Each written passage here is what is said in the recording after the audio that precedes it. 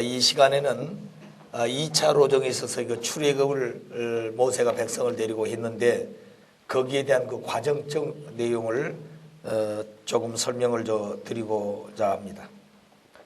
자, 모세가 백성을 데리고 애굽을 떠나온 이후에 어떤 과정을 겪어갔는가 하는 얘기가 되겠습니다. 제일 먼저 모세는 백성을 데리고 나올 때 바로를 굴복시키고 3일 로정을 걸어 나옵니다. 바로에게는 한 3일쯤 가서 지금까지 하나님 앞에 마음 놓고 제사 드리지 못했기 때문에 우리 백성을 데리고 가서 제사를 드리고 오겠다고 사실은 거짓말합니다. 그 얘기 후에 그 백성들을 데리고 3일 로정을 걸어오면서 벌써 애굽에서는 도망간 걸 알고 병거를 몰고 이 백성들을 추적해 옵니다. 그런데 그들은 3일 로정을 걸어 나오면서 이미 낮에는 구름기둥, 밤에는 불기둥으로 참 밤낮 없이 바삐 행군을 하게 되죠. 자, 그 다음 이제 홍해를 만나게 되는데 앞에는 홍해가 있고 뒤에는 애굽 병거가 쫓아오기 때문에 참 앞으로도 뒤로도 갈 수 없는 그런 징태양단에 놓이게 됩니다.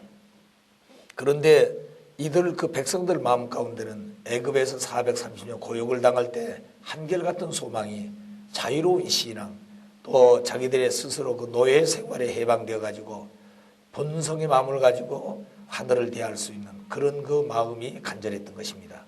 그런데 이제 막상 모세와 더불어서 출애굽을 하고 가나안을 소망으로 삼고 떠났지만 앞에 이렇게 어려운 장애물이 있게 되고 뒤에는 원수의 무리가 쫓아오게 될 때 그런 자리에서도 절대적인 모세를 따라 나왔던 그 믿음을 가지고 가야 되는데 불신하고 좀 어렵게 나왔던 그 내용들이 왜 우리를 여기까지 데려왔느냐. 우리가 차라리 애굽에 있으면은 죽지 않고 거기에서 종살을 하더라도 살았을 것인데 왜 우리를 데리고 나와가지고 이와 같은 어려움을 만나게 하느냐고 모세를 원망하게 됩니다. 그때 하나님께서는 모세에게 명령하기를 모세에게 들린 지팡이로 홍해를 치라 그랬습니다. 그리고 홍해를 쳤더니 홍해 운물과 아랫물이 갈라져 가지고 그 이스라엘 백성들은 건너게 됩니다. 그리고 그 다음에 애굽의 병거들이 이 뒤따라 오기 때문에 역시 또 많은 걱정을 하게 되죠. 그때 하나님께서는 모세에게 다시 지팡이로 홍해를 치라 그랬습니다. 그래 갈라진 운물과 아랫물이 합수가 돼 가지고 애굽 병거들은 다 물속에서 수장이 되었습니다. 자, 건너고 보니까 그들은 이미 애굽에서 나올 때 무교병이라고 하는 쉽게 말하면 누룩 같은 것이 들지 않는 그런 떡입니다. 빵이죠. 이걸 가지고 나왔는데 이제 이미 다 떨어졌습니다. 그래서 먹을 것이 없는데 또 먹을 것이 없다고 참 불신을 많이 하게 되죠. 그래서 하나님께서는 그 백성들에게 만나를 주게 되죠. 그 만나는 어제도 말씀했습니다만 자기들이 각각 이제 잘 텐트를 치게 됩니다. 밤이면. 그래서 그 텐트 위에 하얀 떡가루와 같은 것을 소복이 밤에 내려줍니다. 그래서 매일매일 자기 먹을 것만 주는 거예요. 그러니까 욕심 부리지 말라는 거죠. 또 애굽에서 출발해 가지고 가나안 갈 때까지는 절대 그 백성들을 굶겨 죽이지는 않습니다. 하나님. 그러니까 욕심 부리지 말고 매일매일 준 것 가지고 먹고 하나님을 모시고 목적을 향해 가는 그 길에 불신하지 않고 가기를 원했던 것입니다. 자, 그런데 가다 보니까 그 만나만 먹는 것이 재미가 없었던지 또 고기가 먹고 싶었던 거예요. 그래서 메추리야기를 나중에 많이 하나님 내려주십니다. 그래서 만나와 메추리야기를 먹으면서 오는데 또 이제 느비딤에 왔을 때 그때는 샘물이 없어요. 이제 사막 광야 시대니까. 그래서 물이 없다고 아우성칠 때 하나님 모세에게 이 느비딤에 있는 반석을 쳐서 샘물을 내먹이라 그랬습니다. 그래서 모세는 하나님 말씀대로 반석을 쳐서 샘물을 내먹이고 그 백성을 데리고 또 다시 행군을 합니다. 그때 앞에 아멜렉 족이라고 하는 그 족속이 있어가지고 그 백성이 가는 길을 가로막고 길을 열어주지 않습니다. 그때 여호수아와 갈렙이 나와가지고 그 애굽의 아멜렉 족속과 싸웁니다. 근데 이 아멜렉 족속들은 모두 자기들이 방패를 가지고 창을 가지고 무기를 가지고 대치하고 있는데 애굽의 애굽에서 출발했던 이 이스라엘 백성들, 여호수아 갈렙 중심한 이들은 지금까지 종살이하다가 이제 마치 모든 걸 다 버리고 이제 가나안을 가는 그 뭐라 그럴까요? 행군의 그런 한 장면밖에 없는 그들입니다. 그런데 이들과 싸우게 되죠.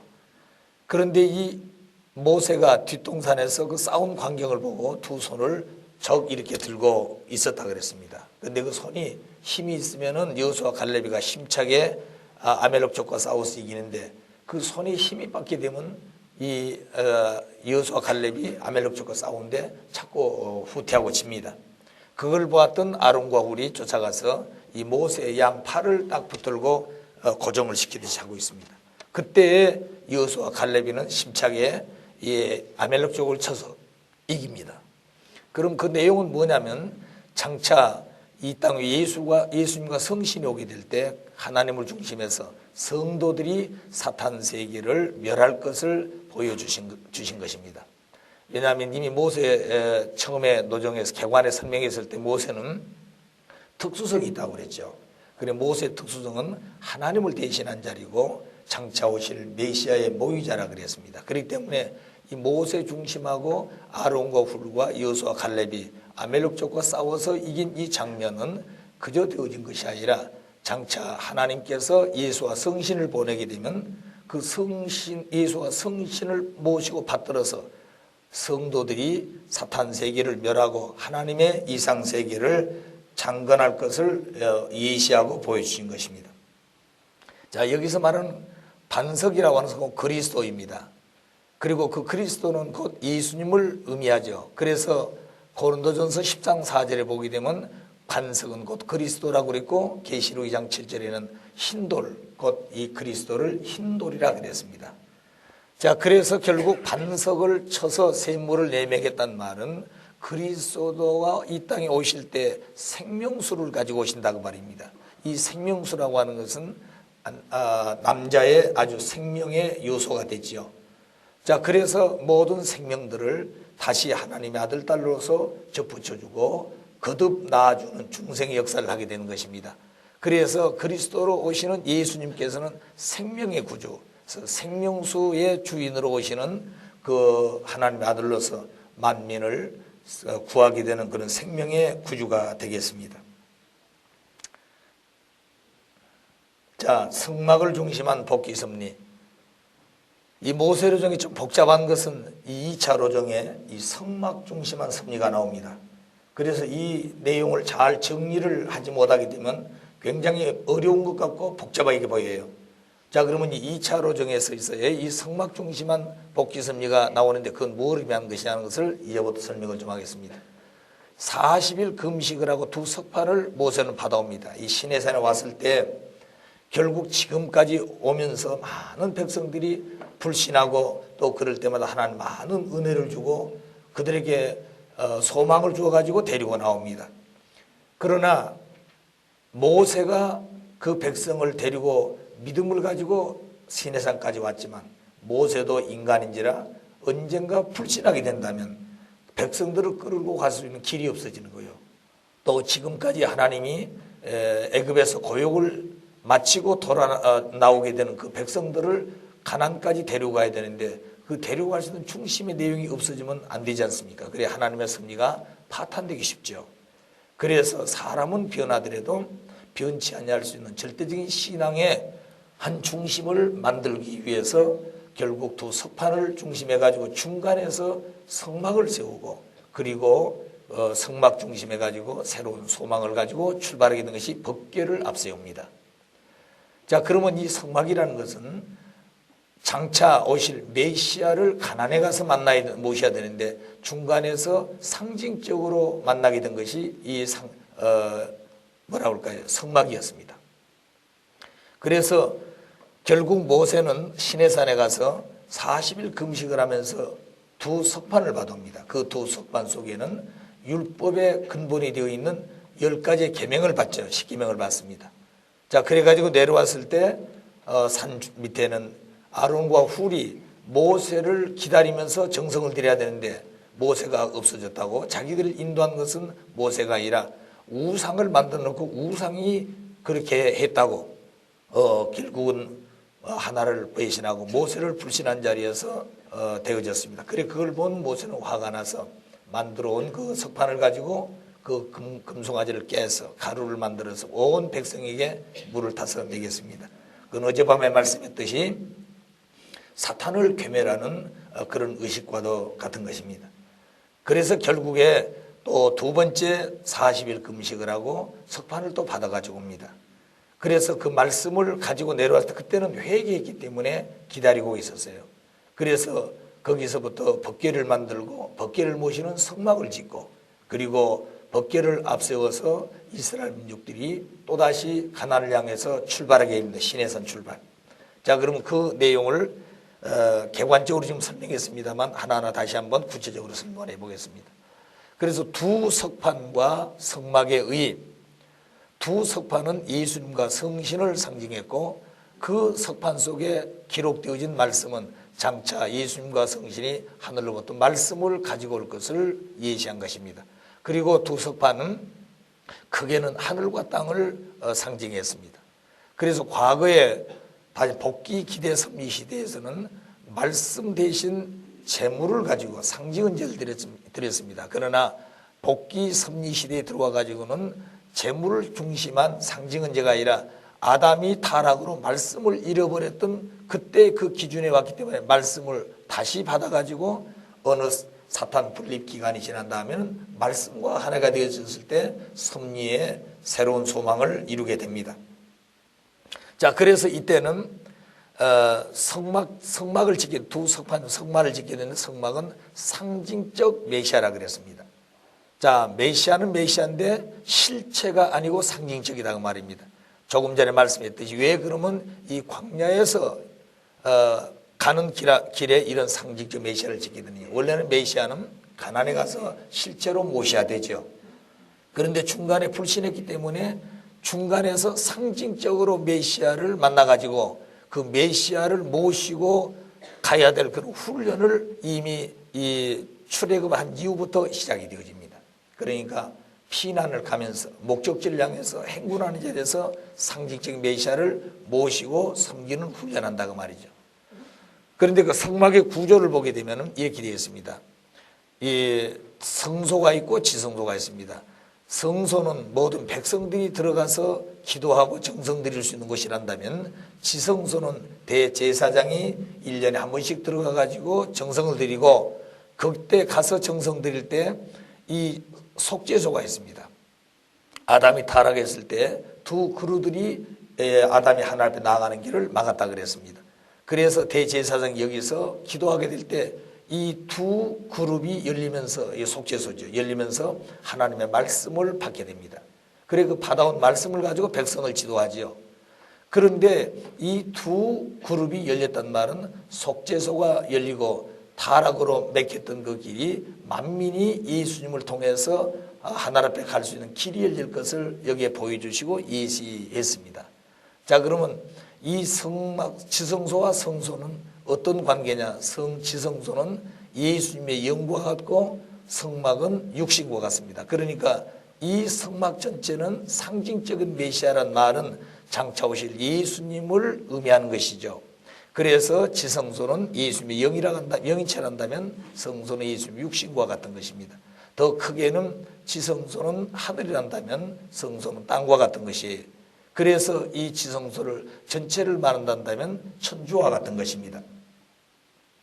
그래서 이렇게 되어지는 하나의 큰 천막이죠. 쉽게 말하면 텐트죠. 큰 천 텐트. 과거에는 자기들 잘 수 있는 텐트 지은 것을 쭉 치고 살았습니다만 이 성막을 지으면서부터 언제나 이 성막 안에 중심이 되어 있는 이 법궤가 앞장섭니다. 그리고 모든 백성이 뒤따라가지요.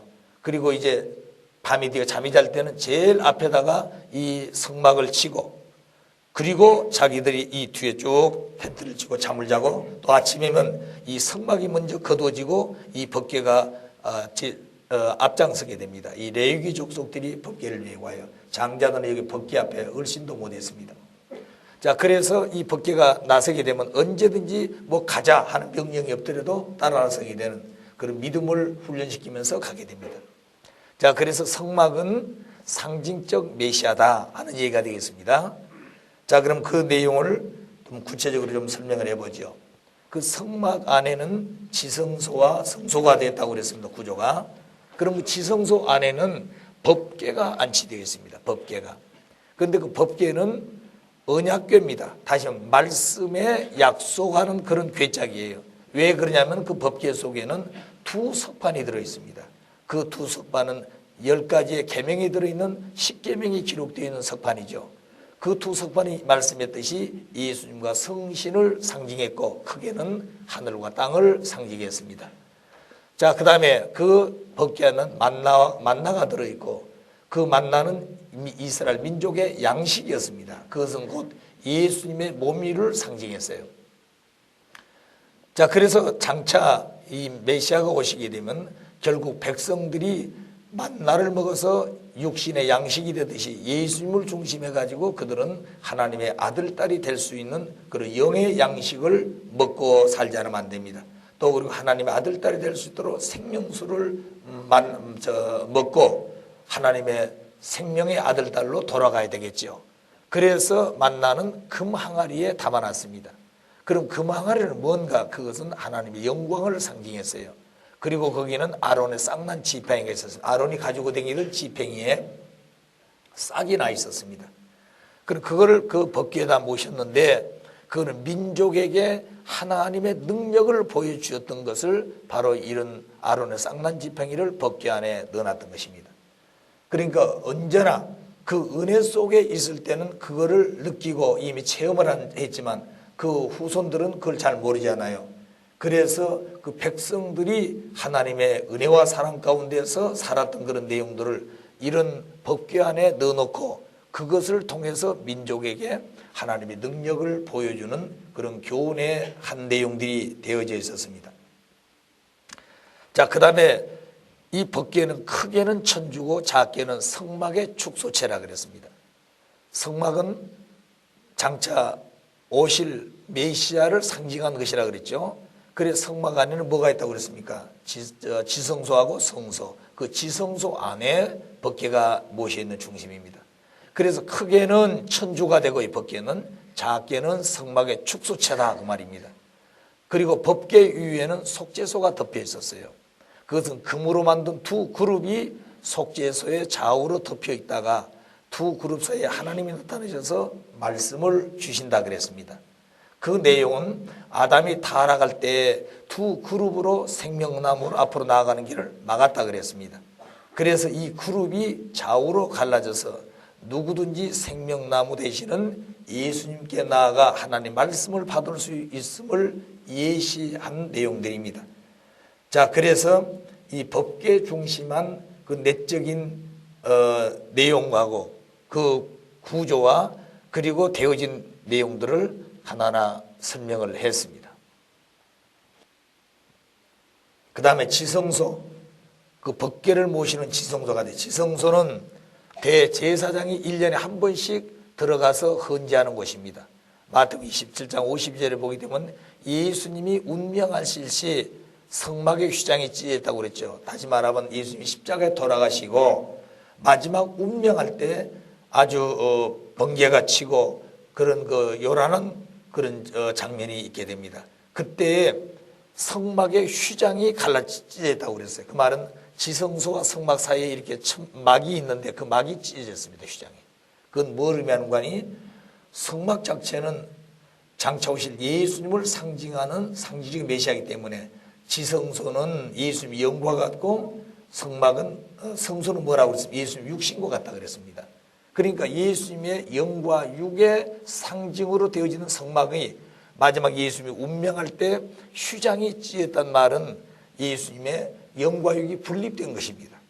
그걸 의미하고 그건 장차 예수님이 이 땅에 다시 오셔서 역사할 수 있는, 다시 하늘과 땅이 서로 교통할 수 있는 길이 열렸다고 하는 것을 의미하게 됩니다. 그래서 성막을 주신 섭리의 목적, 왜 그런 성막을 주셨는가? 만일 이런 그 내용이 없었다고 한다면 예수님이 십자가에 돌아가신 이후에 지상에 직접 강림해 가지고 흩어진 제자들을 중심한 새 역사를 출발시킬 수가 없을 겁니다. 역시 우리도 마찬가지입니다. 부모님께서는 언제나 하신 말씀이 모든 준비를 지상에 해놓고 영계까지 통일해서 지상 재림을 하신 그런 말씀 우리가 많이 듣고 있습니다. 그리고 하신 말씀이 내가 영계에 가게 되면 이렇게 두지 않는다는 거죠. 영계 대혁명을 순식간에 해버리신다는 것입니다. 자, 그렇게 되어진 것은 영계만이 아니라 지상에도 그렇게 할 수 있다는 거죠. 그래서 부모님은 어디에 계시든 간에 영계와 육계를 직접적으로 치리하시고 영계와 육계를 하나로 만드시는 그런 주인이 되시게 되지요. 자, 그렇기 때문에 그런 때가 우리 앞에 왔는데 아들, 딸들을 역시 마찬가지로 부모님과 같은 자리에서 그런 주인이 되고 그런 일을 할 수 있는 실체가 돼야 되는데 우리는 그런 사람들이 아직 다 못 되었다고 말입니다. 그래서 언제나 하나님 염려하고 하나님 언제나 마음 아파하는 것은 아들, 딸들이 부모님을 닮아서 그렇게 살 수 있고 그런 때를 만났을 때 부모님 같은 주인이 되어지는 아들, 딸이 되기를 소망하는 것입니다. 자, 그런 입장에서 볼 때 성막을 주신 섭리의 목적이 뭐냐? 이스라엘 민족이 가나안에 가는 데는 중간 가다가 다 끝난 것이 아니라 가나안 복귀를 완성해야 돼요. 어떻게 하든지 그 민족은 애굽에 출발해 가지고 가나안 땅에 들어가야 된다. 그것이 목적입니다. 그런데 민족이 가다 보니까 계속 불신하죠. 먹을 것 때문에 힘들어서 그리고 여러 가지 앞에 장애물이 있을 때마다 원망하고 불신하게 됩니다. 그때마다 하나는 모세를 통해서 많은 은혜를 주고 또 영광을 보이고 권능을 보여가지고 백성을 데리고 회개시켜 나오지요. 그러나 모세도 인간인지라 언젠가 백성들과 같이 불신하게 된다면은 결국 그 백성을 데리고 갈 수 있는 길이 없어지는 거죠. 그래서 사람은 변하더라도 변치 아니하는 신앙의 대상이 필요하다고 느끼게 된 것입니다. 그래서 단 한 사람이라도 신봉하면 그 신앙의 대상을요, 신봉하면 신앙 대상을 바톤같이 인계해서 섭리의 뜻을 파탄시키지 않고 성취하려고 했던 것이 이 성막을 주시는 이유가 되겠습니다. 목적이 되겠습니다. 그래서 성막을 지었다는 것은 곧 메시아가 상징적으로 강림했다고 하는 뜻입니다. 따라서 상징적이기는 하지만 메시아는 메시아예요. 그래서 메시아를 맞이하려면 이미 말씀했듯이 메시아 기대를 세워야 된다 그랬습니다. 그럼 메시아 기대는 믿음의 기대, 실체 기대죠. 그러면 가나안에 들어가 가지고 애굽에서 믿음의 기대 실체를 세워 가지고 모세를 따라 출발했기 때문에 그 기대는 가나안에 가서 예수님을 맞이할 때까지 그대로 가야 된 것입니다. 그러니까 불신하면 안 된다는 거죠. 실체 기대 불신하면 안 된다는 것입니다. 그런데 백성이 모세 앞에 실체적으로 많은 불신을 했기 때문에 그 기대가 언제나 깨졌어요. 그래서 상징적 메시아를 만났는데 그 메시아를 만났을 때 그들은 메시아를 맞이하기 기대를 세워야 된 것이다. 그래서 성막을 위한 메시아 기대, 그것이 믿음의 기대, 실체 기대가 세워지는데 그 내용을 설명을 해보도록 하겠습니다. 그래서 성막은 상징적 메시아, 상징적 메시아는 실체 메시아가 아니다 그 말입니다. 그러면 이 상징적 메시아는 결코 믿음의 기대, 실체 기대를 세워야 됩니다. 이게 좀 화면이 좀 잘라져서 믿음의 기대, 실체 기대. 그럼 믿음의 기대에 중심인물이 있고 조건물이 있다 그랬죠. 실체 기대도 중심인물이 있고 조건물이 있는 것입니다. 조건이 있는 것입니다.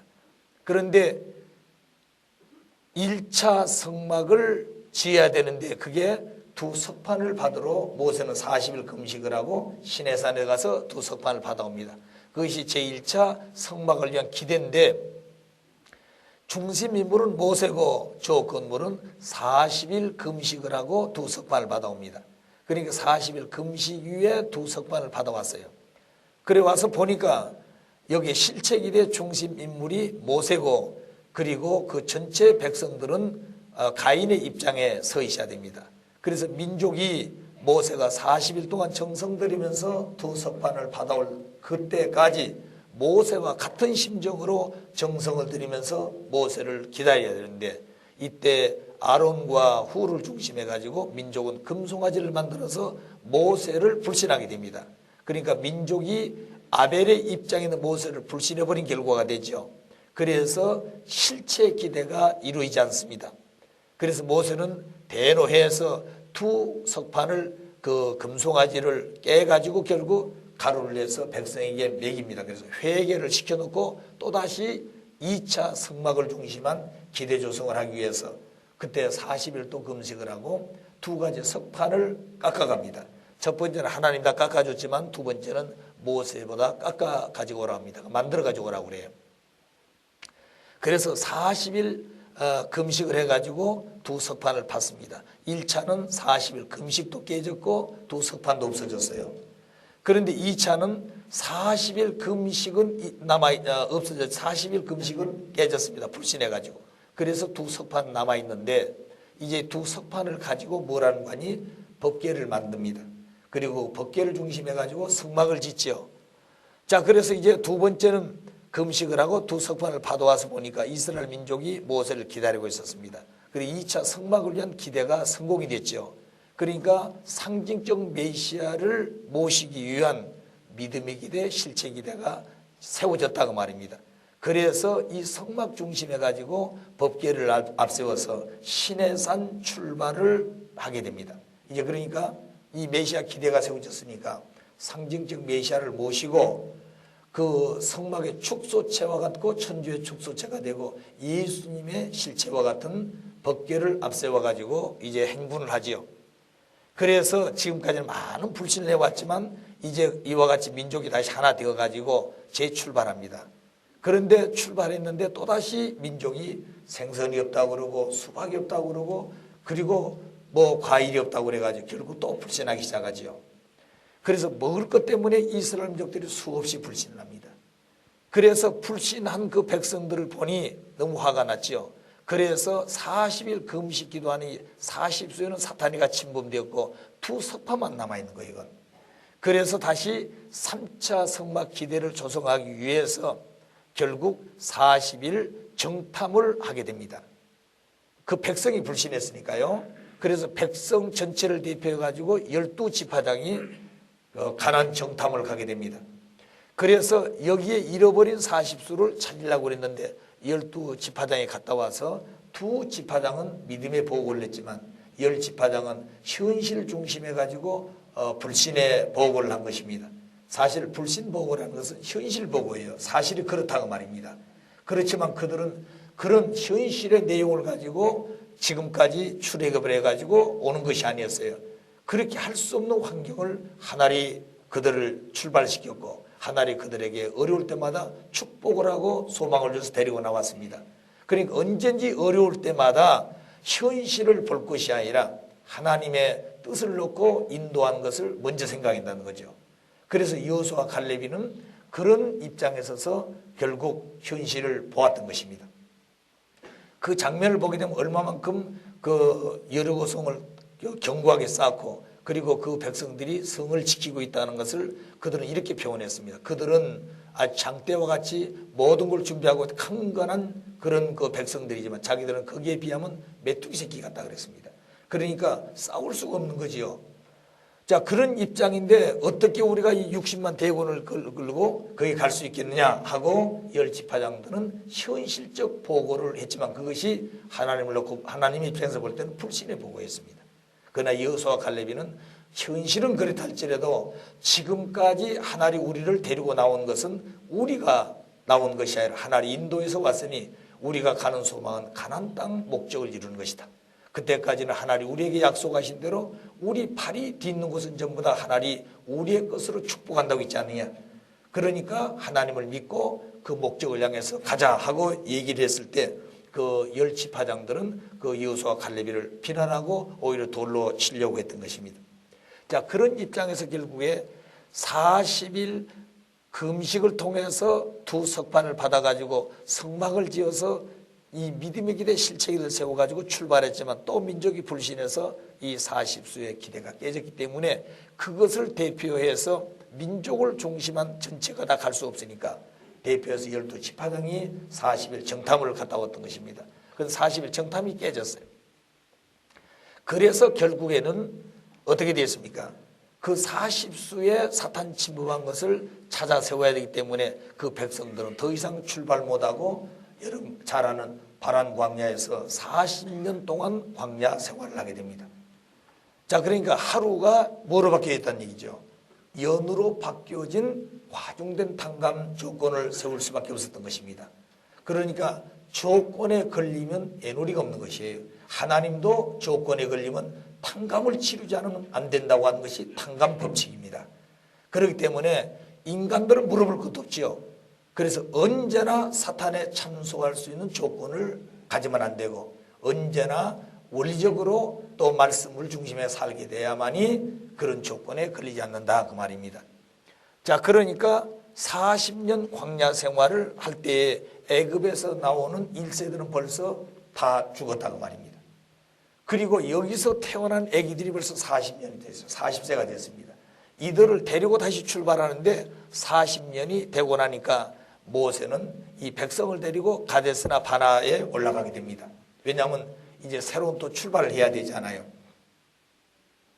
자, 그래서 이 노정을 보게 되면 결과는 2차 민족적 가난복귀 노정도 실패했습니다. 실패하고 40년 광야 생활을 하게 되는 거지요. 예, 그러니까 왜 40일 동안 40년 동안을 광야에서 유력했느냐, 이 기대를 세우기 위해서 그런 것입니다. 그래서 이제 결국에 40년 바란 광야 생활을 마치고 이제 그 후에 출발하기 위해서 가데스 바네에 올라옵니다. 그래서 이제 소망을 가지고 이제 심차게 출발해야 되는데 거기 올라오니까 또 물이 없다고 아우성을 치고 모세에 대해서 항의하고 불신합니다. 그때 모세는 너무너무 화가 났어요. 너무 화가 났던 것입니다. 그래 벌써 이제 120년이 20세가 되어지는 이 모세는 너무 화가 났어요.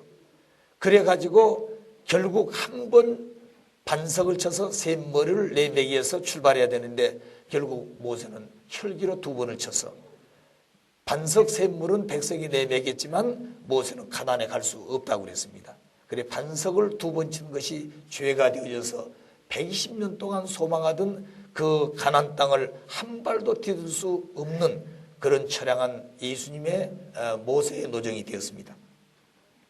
자, 그래서 제3차 민족적 가나안 복귀 노정을 어떻게 하는 것이냐, 모세 중심한 섭리는 믿음의 기대 실체가 되는데 모세가 세워야 될 중심물은 모세가 됩니다. 그래 조건물은 신의 광야 40년을 마치고 나서 이제 40수 사탄불을 입게 됩니다. 해가지고 믿음과 충성으로 성막을 모셨던 것을 통해서 믿음의 기대가 세워집니다. 그 다음에 실체 기대는 중심 인물이 모세가 됩니다. 이 모세는 믿음의 기대에 승리했기 때문에 실체 기대에 그냥 중심물이 될 수가 있죠. 이때 조건은 뭐냐면 타락성 복귀한 탕감 조건이기 때문에 이스라엘 민족이 모세 앞에 애중불통하면은 그 실체 기대가 세워지는 것입니다. 그런데 이 민족들이 불신했죠. 그렇죠? 그래서 결국에 신세대로 옵니다. 그래서 이스라엘 민족은 모세하고 하나가 되는데 이 민족이 구시대 사람들하고 신시대 사람들, 그런데 구시대 사람들은 이 끊임없이 불신을 많이 했죠. 그런데 이 신시대 중심한 2세들도 결국 모세와 하나 되는데 가데스 바나에 와가지고 또 불신하게 됩니다. 그래서 결국에 모세는 반석을 2번 쳤기 때문에 모세는 중심 인물로서의 선두에 쓸 수가 없고 그 사명을 여호수아와 갈렙이가 임계 맡아가지고 이들을 데리고 제3차 민족적 가난복귀를 하게 됩니다. 그래서 3차 민족적 가난복귀 노정의 출발 섭리는 반석 샘물을 내매겨 가지고 2세들에게 하나님의 능권과 하나님의 영광을 보여줘 가지고 다시는 불신하지 않고 하나님 말씀을 따라서 가나안에 갈 수 있도록 보여주고 출발하려고 했던 것입니다. 자, 그런데 모세가 혈기로 반석을 2번 쳤기 때문에 모세는 가나안에 갈 수가 없었다. 그러면 반석 이타가 죄가 되었다고 하는데 반석 이타가 죄가 된 이유, 이 반석 이타가 죄가 됐는데 그 죄가 얼마나 큰가. 120년 동안 백성을 데리고 가나안에 가고 싶어서 몸부림쳤던 그 모세가 이 반석을 한 번 쳐야 될 것을 2번 침으로 말미암아 그게 죄가 되어가지고 모세는 120년 동안 소망하던 가나안 땅을 한 발도 딛지 못하고 비데스가 안에서 하늘 앞에 호소하던 그런 음성을 남기고 죽게 됩니다. 그럼 반석이타가 제가 된 이후 민족이 불신하면은 사탄은 침범할 조건을 언제나 성립하게 됩니다. 민족이 불신하면 사탄이 침범할 조건을 언제나 성립되게 된다 이 말이죠. 그래서 실체 반석으로 오시는 예수님을 칠 수 있다고 하는 표시적 행동이 되었기 때문에 반석이타가 죄가 되었다. 다시 한번 반석은 그리스도라 그랬죠. 그리스도는 예수님을 상징하는 것입니다. 그래서 반석을 쳐서 샘물을 내매기는 것은 생명수 샘물을 가지고 오신 예수님의 그 생명수를 먹고 인간은 영생을 하게 됩니다. 하나님 아들 딸이 되게 되지요. 그런데 반석을 한 번 쳐야 될 것을 두 번 쳤다는 얘기는 산 생명수를 내매기를 반석이 한 번 더 침으로 생명수를 낼 수 없는 죽은 반석을 만들어버린 결과가 되었습니다. 자, 그럼 그 내용이 바로 뭐냐면 이런 얘기예요. 거로 반석 이타는 예수님 십자가에 달리시는, 예수님을 십자가에 내주시는 먼 원인이 되었다고 말입니다. 먼 원인, 그 이 원자가 먼 원인이다 그 말이에요. 가까운 원인은 세례요한이 예수님을 불신한 것이 되었습니다. 먼 원인은 모세가 이 반석을 이탄 것이 장차 오실 예수님이 십자가에 내줄 조건을 이미 사탄에게 제시해버렸다 이 말입니다.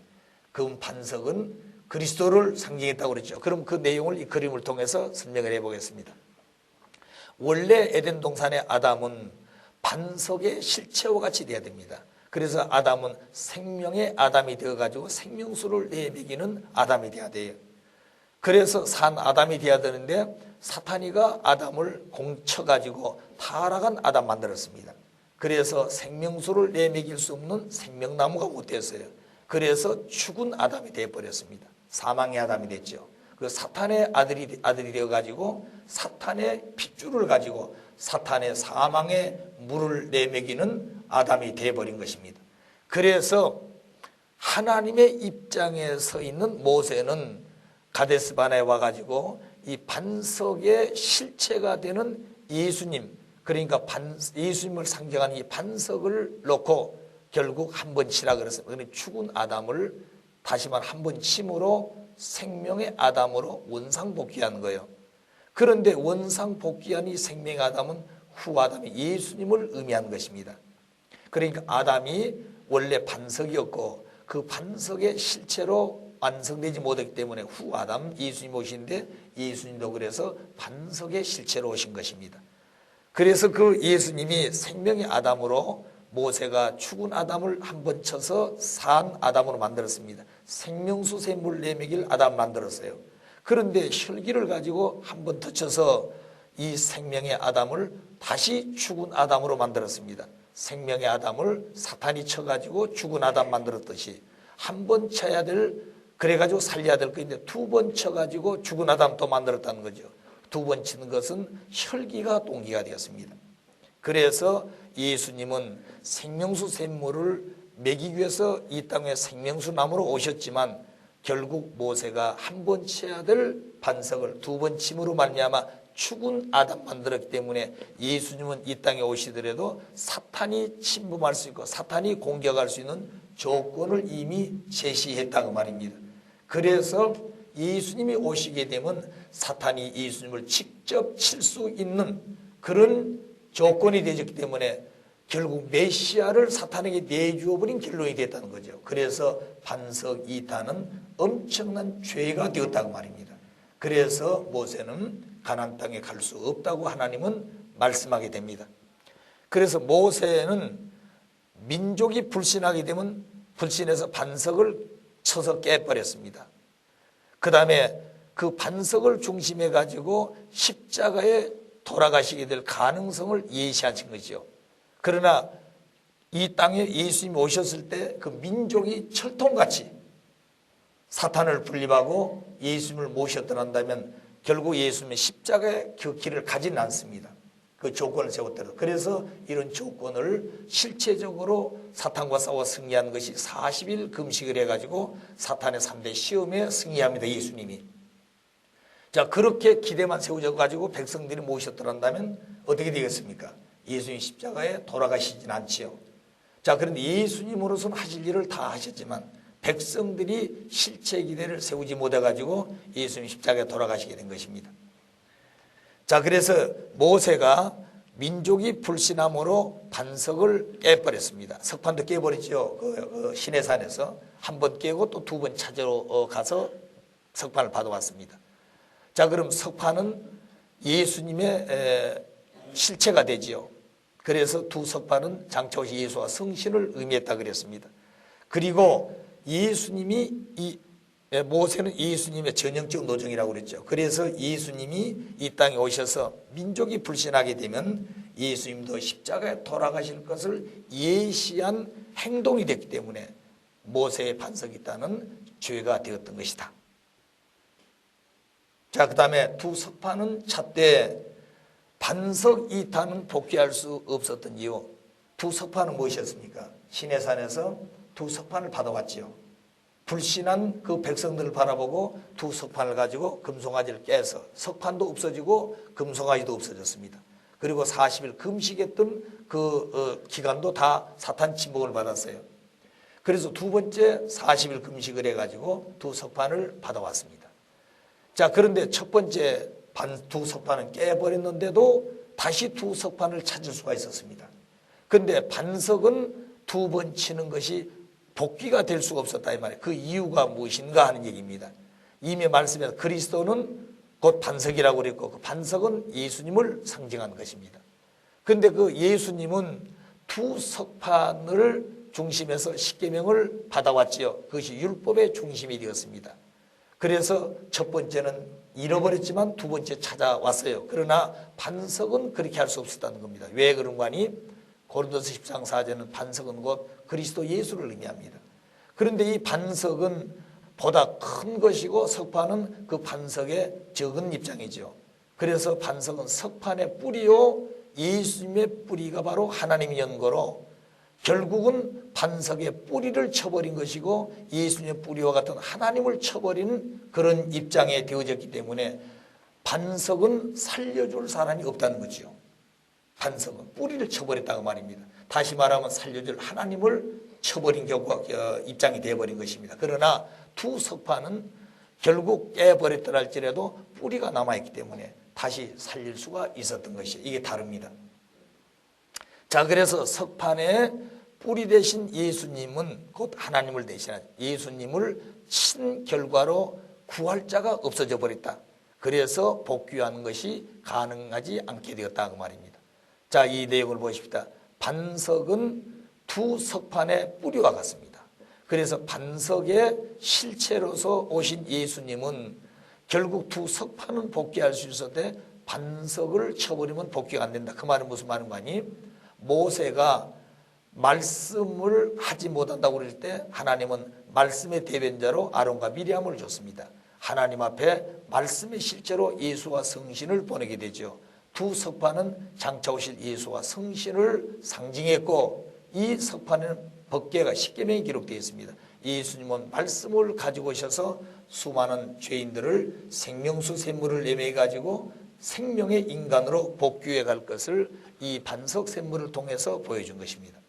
그러니까 그냥 물이 없어서 물 매기 위한 것도 되겠지만 그 근본의 의미는 이런 섭리적인 뜻이 있다 하는 얘기입니다. 자, 그 다음에 반석 이타에도 죄가 되었는데 왜 샘물이 나올 수 있었을까? 죄가 되었으면 샘물이 나오지 않아야 될 건데 샘물은 나왔다고 말해요. 물을 내매겠어요. 자, 2차 로정에서 느비든 반석 샘물을 내적으로 내매긴 터전이 남아 있습니다. 그 다음에 모세의 외적으로 볼 때 화가 나서 불신의 행동에는 사탄이가 침범을 했지만 내적인 마음에는 하나를 대하는 불변의 심정이 남아 있었다는 거죠. 그 다음에 성막 이상을 절대적으로 믿고 법궤를 모신 터전이 있었기 때문에 결국 반석은 두 번 친 것은 죄가 됐지만 샘물을 백성이 내매겼던 것이다. 그래서 그 기대 위에서 여호수아와 갈렙이를 중심해 가지고 하나님을 모시고 가나안에 가게 됩니다. 그럼 이 모세가 여호수아와 갈렙이가 애굽에서 출발한 사람 가운데 유일하게 둘만 남았어요. 모세까지도 가나안을 못 가는 것입니다. 그럼 어째서 애굽에서 출발한 1세 가운데 유일하게 여호수아와 갈렙만이 이 2세들을 또 데리고 3차 오종을 출발해가지고 가나안까지 갈 수 있었던 것이냐. 이 여호수아와 갈렙이는 애굽에서 나와서 이 어려운 광야 오종을 거쳐면서 한 번도 의심하거나 불신한 적이 없습니다. 그렇기 때문에 하나님을 대하는 그 마음이 절대 충성, 절대 믿음, 절대 효성의 도리를 다하면서 왔다 그 말입니다. 그래서 하나님의 뜻을 이어받을 수 있는 여호수아와 갈렙이가 돼가지고 그런 정성의 터전 위에서 반석 샘물을 내먹일 수 있는 조건도 되었다 하는 얘기가 되겠습니다. 자, 반석 이타의 그럼 결과, 반석을 이타 두 번 침으로만 어떤 결과가 가져왔느냐. 자, 내적으로 이스라엘 민족은 가나안에 들어갔습니다. 그런데 외적인 이스라엘들은 광야에 다 죽었습니다. 이세들은. 그 다음에 민족의 불신함으로 말미암아 반석 곧 돌이죠. 반석을 사탄이가 소유했어요. 그래 돌의 실체 대신 예수님이 이 땅에 오실 때 사탄이 예수님을 시험하게 되고 사탄이 예수님을 공격할 수 있는 조건이 남아졌기 때문에 결국 예수님은 그 사탄을 분립하기 위해서 40일 사탄 분립 수인 금식을 하고 사탄의 3대 시험을 맞이하게 됩니다. 그래서 3대 시험에 승리하게 되죠. 예수님은. 자, 모세는 육신은 사망하고 그리고 영적으로 가나안에 들어갑니다. 이 반석 이타의 결과입니다. 그 따라서 모세는 장차 예수님의 전형적 노적이기 때문에 백성이 예수를 불신하게 되면 결국 예수님도 십자가에 돌아가셔서 영적으로는 들어간 육적으로 못 들어갈 것을 예시한 것입니다. 그 내용이 바로 뭐냐? 반석 실체가 오신 분이 예수님인데 그 반석을 이미 사탄에게 내준 조건이 됐다. 이게 이 모세의 반석 이타의 행동이. 자, 그래서 반석 실체로 오신 예수님이 사탄 침범할 조건이 남아있기 때문에 민족이 불신하지 않고 철통같이 예수님을 믿고 모시고 제자들이 예수님을 절대적으로 믿고 모시고 섬겼으면은 사탄의 침범을 받을 조건을 이미 광야에서 줬더라도 예수님은 40일 사탄 분립 기대 위해서 사탄의 시험에 승리함으로 예수님이 십자가에 돌아가지 않습니다. 그런데 그렇게 되지 못해서 장차 불신한 백성들과 제자들을 살리기 위해서 십자가에 돌아가시게 되죠. 불신해서. 영적으로 부활해가지고 구원 섭리의 중심 인물이 됩니다. 마치 모세가 육신은 사망했지만 영적으로 가나안에 들은 것처럼 예수님 육신은 쓰고 영유가 올라 하늘 앞에 가지 못했지만 영적으로 들어갔다 이 말입니다. 자, 그때 불뱀이 광야에서 나타나가지고 뭐라고 그럴까요? 불신한 민족들을 물어 죽이죠. 그때 하나님께서는 모세에게 장대 끝에 뭘 달라고 그랬습니까? 구리뱀을 달라고 그랬죠.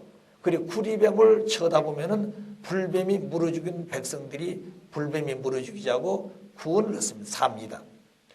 자, 그 내용은 바로 뭐냐면 이 땅에 예수님이 오시게 될 때에 그 백성들이 불신하게 되면은 예수님은 십자가에 달려야 되고 결국 십자가에 달린 그 예수님의 모습을 보고 백성들이 회개하고 그리고 통회하게 될 때 그 민족은 구원을 받을 수 있다고 하는 것을 예시한 것입니다. 그건 예시입니다. 그렇게 된다는 것이 아닙니다.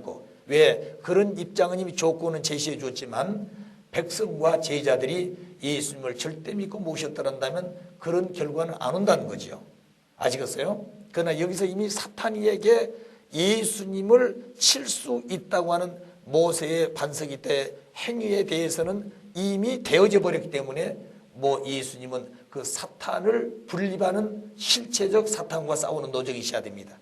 그래서 사탄 분립하기 위한 40일 노적을 거쳐 금식을 해가지고 3대 시험에 승리함으로 말미암아 그 다음에 제자들과 백성들이 하나만 됐으면은 예수님의 십자가에 돌아가지 아니하게 되는 것입니다. 그런데 그렇게 승리했을 때 사탄이님이 예수님에게서 떠났다 그랬어요. 그런데 또다시 사탄이는 예수님을 공격하는데 바로 공격할 수 없어 졌으니까. 그래서 주변에 있는 제자들 또 가까운 민족들이 불신한 것을 통해서 거기에 사탄이 들어와 가지고 예수님을 재공격하게 되는 것이 가룟유다는 예수님을 은 30냥으로 팔아먹고 베드로는 예수님을 불신하게 되고 제자들은 다 도망가게 되는 것입니다. 그래서 결국에 예수님이 십자가에 돌아가시게 된 거지요. 그러니까 이런 행위적인 내용을 모세가 이미 광야에서 제시했더라도 40일 사탄 분립 기대 위에서 사탄의 3대 시험에 승리한 예수님 앞에는 그 백성과 제자들이 하나만 되었으면 예수님이 십자가에 돌아가시 아니하고 뜻을 이룰 수가 있었다고 말입니다. 그런데 그렇게 되지를 못했어요. 자, 그래 그 내용이 지금 반석이다의 결과의 내용입니다.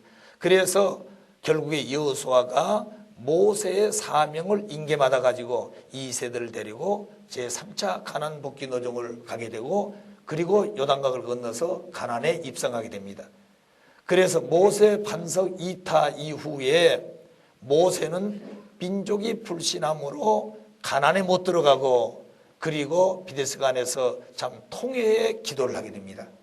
하나님 아버지, 내가 120세가 되도록까지 백발이 된 자기의 모습을 바라보면서 내가 이제까지 소망했던 것은 저 요단강을 건너서 가나안 땅을 받고 싶었던 그 소망이었습니다. 그들이 얼마만큼 소망했냐면 여러분 찬송이 됐죠. 요단강 건너가 만나라는 그 찬송도 있습니다. 그들의 소망이 거기에 있었어요. 자, 그런데 결국에 모세는 그렇게 통회하고 하나님에게 애원했지만 그 애원의 소리를 들어줄 수가 없었습니다. 자, 그런데 가나안 땅을 바라보면서 사망을 하고 그 시체만 나중에 가지고 요단강을 건너서 가나안에 가게 됩니다. 그 내용은 장차 반석 실체로 오신 예수님이 이 땅에 오셔서 민족이 불신하게 되면 예수님도 십자가에 달리게 될 것을 예시했고 십자가에 달리게 될 때 하나님 앞에 참 뭐랄까요, 눈물로 통회하는 그런 애원의 기도가 있을 겁니다. 그래서 하나님 앞에 예수님도 기도하기를 아바 아버지 어찌하여 나를 버리시나이까, 할 수만 있으면 이 쓴잔을 내게서 면케해 주십시오 하고 정말로 땀방울이 피가 되도록 애원하고 기도했던 장면이 있습니다. 그러나 내 뜻대로 말고 아버지의 뜻대로 하시옵소서. 그런 모든 어려운 환경을 자기 중심한 생각이 아니라 하나님을 중심하고 끝까지 하나님의 뜻을 이루기 위한 아들로서의 그 소명을 다하려고 몸부림쳤던 것입니다. 그런 이런 장면은 모세가 예수님의 전형적 노정이었기 때문에 모세가 되어진 그 내용이 그대로 나타나게 된 예수님의 노정이었다 그 말입니다. 자, 그 다음에 여호수아 중심한 실체기대 이제 모든 사명을 여호수아에게 인계해 주게 됩니다. 그래서 이제 여리고 정탐을 하게 됩니다. 여호수아 갈렙이가. 그래서 이미 전 그 도표 그림 지도에서 설명했습니다만 한참 위에 올라와 가지고 시딤이라는 곳에서 12지파장을 모세는 여리고성 정탐을 보냈습니다만 이 여호수아는 두 사람을 전체를 대표해 가지고 정탐을 보내게 됩니다. 그때 여리고성에서는 이미 한 번 왔다 갔기 때문에 철통같이 방어를 하고 거기 정탐꾼이 못 들어오게 하고 있었던 것입니다. 그런데 이 두 사람이 가서 정탐을 정확히 하고 돌아옵니다. 그때 쫓아오는 여리고성에 성을 지키는 군사들이 이 두 정탐꾼을 쫓아올 때 그때 이 두 정탐꾼을 숨겨준 사람이 기생 나합이었습니다. 그래가지고 쫓아오는 여리고성의 그 군대들을 따돌리고 이 사람들 지금 반대로 돌려서 살려보내게 되지요. 그래서 장차 이들은 약속하고 오기를 우리가 여리고성을 치러 올 때 그 집에 자기들이 있는 집에다 표시를 하라 그랬습니다. 그래 그걸 보고 장차 이 죽을 수밖에 없는 이 나합 기생은 결국 그들에 의해서 구원을 받게 되죠. 살게 되는 것입니다. 자, 그 내용은 뭐냐면 비록 기생으로서 죄 짓는 모습이었지만 하나님의 섭리에 중심 인물들을 도왔기 때문에 그들은 죽을 자리에서 구원을 얻는다고 하는 내용도 우리에게 보여준 것입니다. 따라서 우리가 참 부모님을 모시고 가는 길에 많은 핍박도 하고 이해 못해서 반대도 받았습니다. 우선 가까운 부모들로부터 친척들로부터 또 양가로부터 그런 어려움을 많이 받았지요. 지금은 참 그렇지 않습니다만 1970년 바로 초에 36가정부터 37가정까지 모든 엄마들이 3년 전도를 갈 때가 있었습니다. 그때는 참으로 엄격했지요.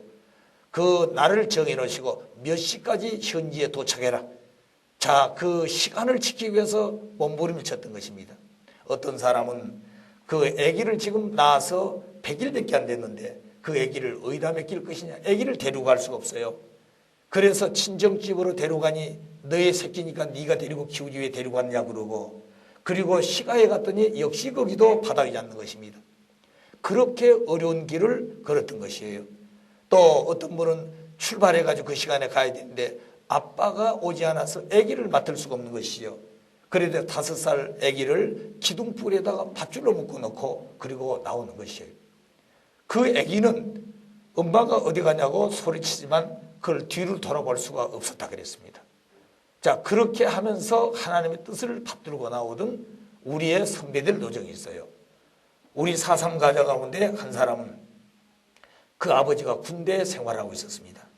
그 부인이 아기를 낳아서 지금 3살인가 그때 됐는데 그 아기를 맡길 데가 없었어요. 그래서 군부대에 데리고 갔습니다. 면회 신청을 했더니 부인이 왔다고 그러니까 군대에서 좀 그 외박을 해 주었어요. 자, 그래서 결국에 아기를 데리고 가죠. 밤에 부대에다 놔두고 탈출을 했습니다. 엄마가. 어디로 탈출하는 거 정문에다 군들이 지키고 있잖아요. 그 옆에 하수구를 통해서 탈출해 왔어요. 그래 아침에 보니까 두 분이 짠 거죠. 아침에 보니까 엄마가 없어지고 아기만 남았단 말입니다. 자, 그래서 이 신랑은 부대에 소문을 퍼뜨리기를 색시가 어려워서 아기 놓고 도망갔다, 이 밤중에. 자, 그렇게 해가지고 아기를 부대에서 키웠습니다. 그래서 그 작업복을 잘라가지고 아기 옷을 만들어 입히고 네모반에서 키우는데 이게 또 복잡하지 않아요, 아기가 있으니까. 그래서 네모 반장이 자기 집에다 데려다 놓고 이 아기를 제대로까지 키웠어요. 그 아기가 이미 커서 축복을 받고 아들, 딸을 또 낳았습니다. 자, 그래, 그분이 누구라고 얘기는 하지 않지만 그런 어려운 과정들을 겪어왔던 것이 우리 선배 가정들이에요. 그 말은 제가 왜 하냐면은 그렇게 어려운 시기에 다 반대하다가도 그래도 그 자식을 자기의 핏줄이라고 도와주고 그리고 보호했던 그런 부모가 있단다면 그 조건 때문에 아무리 반대하고 핍박했더라도 장차 그 2세를 지켜주고 아버지 어머니가 공적으로 살 수 있게끔 길을 열어줬기 때문에 그 부모는 하나님 사랑을 받을 수 있는 길이 열리게 된다고 하는 것을 여기서는 보여준 것입니다. 자, 그런 의미예요. 자, 그렇기 때문에 우리는 어떤 어려움이 있더라도 어려운 사람을 돕고 가고 보호해야지 자기하고 관계없다고 배신하면 안 된다 하는 얘기도 되겠습니다. 자, 그 다음에 자, 모세는 그 사명을 여호수아에게 인계했다고 그랬죠. 그리고 여호수아에 가는 길은 모세 로정을 탕감복귀하는 것입니다. 그래서 모세는 육신은 이미 사망했고 영적으로 가나안에 들어갑니다. 여호수아를 중심해 가지고 이미 영육 실체 가나안 복귀를 하지요. 이 노정은 예수님이 모세가 보인 대로 십자가에 돌아가시지 아니한데 십자가에 돌아갔습니다. 불신으로. 영적으로 가나안 복귀하게 되지요. 그래서 그 사명은 이 재림주에게 인미하고 그 재림주님은 예수님의 노정을 탕감복귀하는 입장입니다. 이거 똑같아요. 그래서 예수님은 영적으로 부활해서 가나안에 들어가시지만 재림주님은 영육을 쓰고 오셔서 탕감복귀를 실체적으로 해서 승리할 것을 예시한 것입니다. 그것이 여호수아의 노정과 같은 것이에요. 자, 그럼 가나안 복귀를 하는데 모세를 중심한 가나안 복귀하고 마지막 여호수아 중심해 가지고 요단강을 건너서 가나안 복귀한 내용이 좀 다릅니다. 모세 중심한 1세들은 3일 노정을 걸어서 홍해를 건넜습니다. 이 홍해를 건널 때 믿음을 가지고 1세들은 홍해를 건너지 못했어요. 불신하고 원망하는 자리에서 하나님은 모세에게 들리던 지팡이로 홍해를 쳐가지고 하나님이 그렇게 은사와 권능을 베풀어 가지고 백성을 데리고 홍해를 건넜습니다. 그런데 2세들은 여호수아 갈렙 중심해 가지고 3일 노정을 걸어서 요단강을 건너는데 그 요단강은 그렇게 뭐 1세들처럼 한 것이 아니라 법궤를 메고 법궤가 선두였습니다. 그때는 모압담 골짜기에 눈이 많이 녹아가지고 거기에 물이 많이 고였다 그랬습니다. 여러분 요단강이 큰 강이 아니에요. 비가 안 오고 말리면 훌쩍 뛰어 건너갈 수 있는 조그만 또랑입니다. 또랑. 그런데 그때는 이미 뭐라고 할까요? 그 봄에 그 눈이 녹아가지고 그 요단강 강물이 많이 범람했다 그랬습니다. 자, 그 말이 무슨 말인가 하니 우리가 어렸을 때는 조그만 또랑이 굉장히 크게 보이죠. 근데 나중에 크게 되면 그게 그렇게 크게 보이지 않습니다. 여러분 고향 가게 되면 옛날 우리들이 살았던 집이 굉장히 큰 집같이 보입니다. 방도 그때는 크고 가족 전체가 살았던 그런 방인데 지금 가면 손바닥만 해요. 그렇게 적게 보인다 이 말입니다. 그러니까 부모님도 정주에 처음에 가셔서 당신이 어렸을 때 계실 때는 굉장히 큰 집이었다고 말입니다. 방도 크고. 그런데 가보니까 천장이 닿을 것 같고 방이 그렇게 크지 않으시거든요. 야, 우리 집이 이렇게 적어졌다고 말입니다. 적어진 게 아니죠. 그와 마찬가지로 요단강에 그 물이 많이 범람할 때는 크게 보이지만 물이 줄어들면 적은 것이에요, 그게. 자, 그런데 그 요단강을 건널 때 이 법궤를 맨 대제사장들이 믿음을 가지고 첫 발을 척 디뎠습니다. 물이 있는 것을 뭐 겁내지 않고 오른발 디디니까 우물과 아랫물이 갈라졌어요. 그러니까 법궤를 통해서 믿음을 가지고 그들은 건너갔다고 말입니다. 1세들은 불신해 가지고 하나님 건너주었고 이들은 법궤를 중심에 절대 믿어서 그 믿음을 가지고 건너갔다는 차이점이 있습니다. 그 다음에 구름기둥과 불기둥으로 인도했지요. 여호수아 갈렙 중에 법궤가 인도합니다. 법궤는 성막의 축소체요 예수님과 성신을 모시는 두 석판이 들어있는 것입니다. 그렇기 때문에 장차 예수님이 실제로 오시게 되면 인류를 데리고 가나안 복귀할 것을 예시한 것이죠. 지평이로 홍해를 가렸단 말은 법궤가 요단강을 가려가지고 데려갑니다. 그러니까 실체 반석으로 오신 주님은 백성을 데리고 사망의 고해를 인간 스스로 넘어갈 수 없는데 그 길을 개척해 놓고 하나님 앞에 나아갈 수 있도록 길을 열어주시기 위해서 오신 분이 바로 메시아 대신 재림 주님이다 하는 것이 바로 이 노정에 나타나게 됩니다. 그래서 그들이 그 대제사장들이 법궤를 메고 요단강 강물에 첫 발을 디뎠을 때 그때 그 대제사장들의 선 곳에 첫 발을 디딘 곳에 자기 발에 돌이 단 돌들이 있었습니다. 그리고 돌들을 갖다가 길갈에 가서 단을 세웁니다. 이제 그 내용입니다. 제사장들이 물에 선 곳에 돌 12개를 가져다가 마지막에 길갈에 와가지고 그 돌단을 쌓습니다. 그것은 야곱이가 가는 곳곳마다 돌단을 쌓았습니다. 삼촌집에 갈 때도 돌단을 쌓고 거기서 기도하다가 돌베개를 베고 누워 잠을 잤다 그랬죠.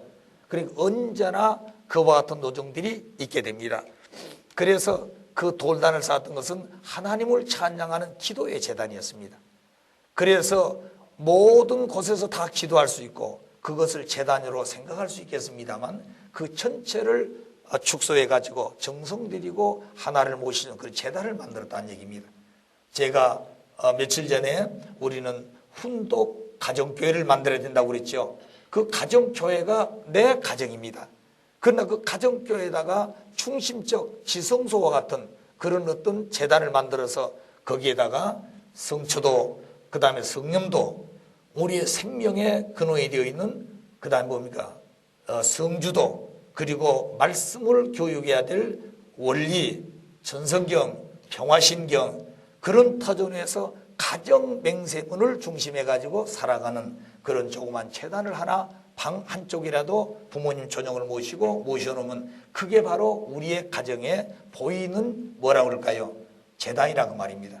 그게 지성소라고 보는 거예요. 더 실체적인 지성소는 남자 여자의 생식기가 되는 것이에요. 그렇기 때문에 생식기를 파괴하면 지성소를 파괴하는 것입니다. 그게 생식기를 더럽게 하면 지성소를 더럽히게 만드는 것이에요. 그러니까 언제나 자기 몸에 성스럽고 거룩하게 해야 될 것이 지성소라고 말입니다. 무슨 말 아시겠어요? 그러니까 지성소를 잘못하면 안 되는 거예요. 지성소를. 자, 그렇기 때문에 가정의 부부들 그리고 아들, 딸들 그런 훈련을 시키기 위한 것이 절대성 위에서 개인의 책임분담 완성되지만 가정 책임분담 완성도 되는 것이에요. 그렇게 하기 위해서 우리는 완성이 되지 않았기 때문에 그런 형상적인 내용을 만들어 가지고 거기에 심정적으로 언제나 밖에 나갔다가 오더라도 그게 뭘 해야 되겠습니까? 거기서 회개하고 어려움이 있으면 전성경을 붙들고 평화신경을 붙들고 기도해서 그리고 그걸 펴보면은 자기들이 고민하고 해결할 내용들이 거기에 답이 있다 그랬습니다. 이렇게 우리는 가야 될 길을 다 가르쳐 주었어요. 그러니까 어려우면은 무슨 뭡니까? 뭐 점쟁이를 찾아간다든가 무슨 사주 그렇게도 물론 할 수 있겠죠. 근데 그거는 100%가 될 수 없는 겁니다. 가장 정확한 것은 하나님으로부터 주시는 말씀이에요. 원리다 그 말입니다. 그 내용이 다 들어있는데 오늘 복을 다 주었는데도 또 복 달라고 그러고 다 가르쳐 줬는데 이제 아직도 무엇인가 마음에 허전하게 비어있는 것 같은 느낌을 느낀다 이 말입니다.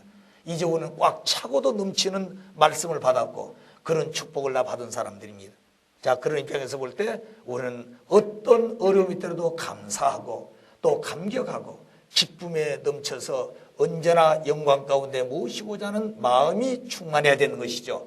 그런데 부족해서 그 마음을 다 드리지를 못하는 것이 우리들의 모습인 것을 또 깊이 느끼게 됩니다. 자, 그래서 언제나 하나를 찬양하고 모시던 기도의 제단을 만들었다 하는 얘기입니다.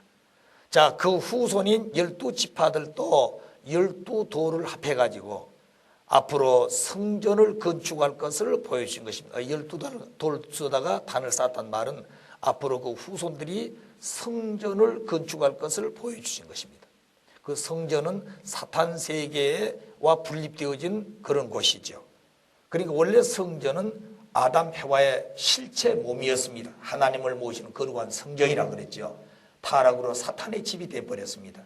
따라서 하나님 앞에 돌려드려야 될 첫 번째 예물은 성전을 복귀해야 되는 거예요.